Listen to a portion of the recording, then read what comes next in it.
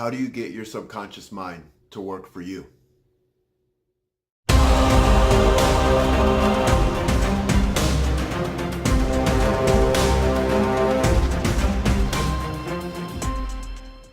So how do you use the subconscious mind to your advantage? Well, first off, what is the subconscious mind to begin with? And it really is, it's in control of so many things we don't even realize it half the time. Actually, most of the time, because our conscious mind makes up a small portion of what we're taking in on our day-to-day lives.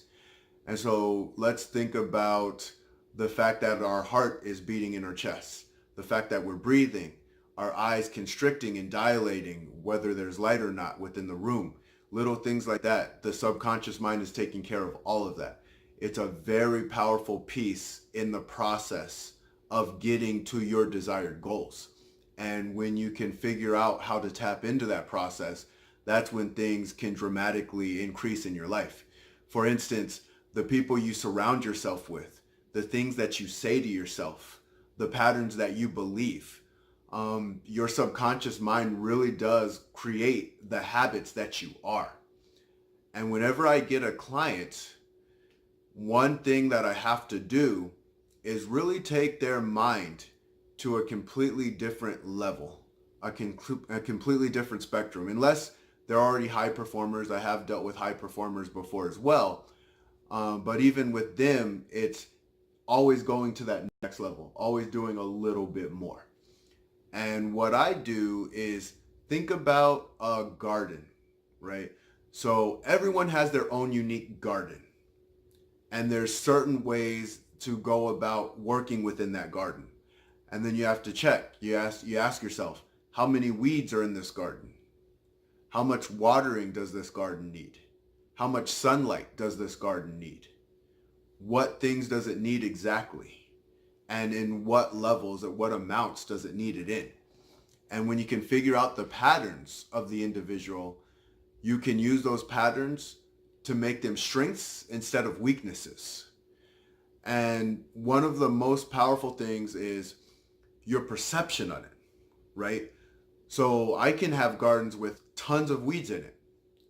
And if the first thing that goes through their head, I can't let the gardener feel overwhelmed by anything. So if they're saying they have a ton of weeds in their mind, it really comes down to how they're going to think about this. Are they going to see it as a challenge or an opportunity? Or are they going to see it as, crap, I have too many weeds, I can't get them all out? And so it really comes down to, what do you see it as first? And it's like, you have opportunities. You always have opportunities. They're always around.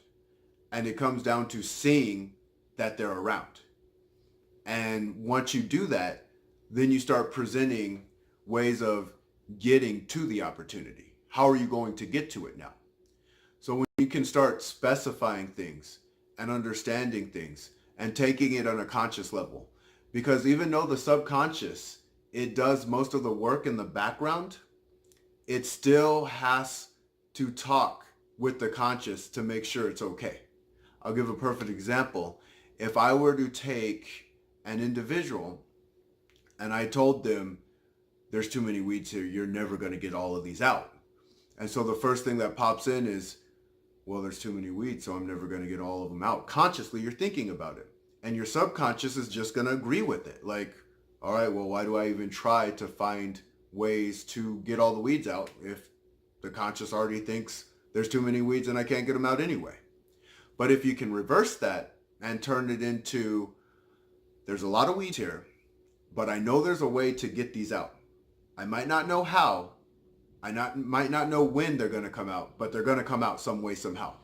And that's when the subconscious starts going to work in the background. It's going to figure out a way. And you're going to continue to act on pulling those weeds. You're going to pull the weeds while you're thinking about, how can I make it easier? Can I make this simpler? Can I do something a little bit different? See, this is really where innovation comes. All the new technology that we have, it's come from a thought. It all starts with a belief. So if your belief system is strong, if you have strong thoughts, you're going to find a way to manifest what you need to manifest.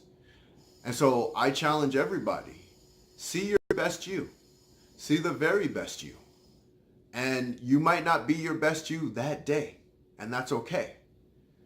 But as long as you're constantly seeing your best you, those bad days, they really do just become moments. It's like a light switch. So turn your light switch on. Turn it on and keep it on as long as you can. And if it goes off, that's okay. Just turn it back on. I hope you guys have a great day, and I'll talk to you later.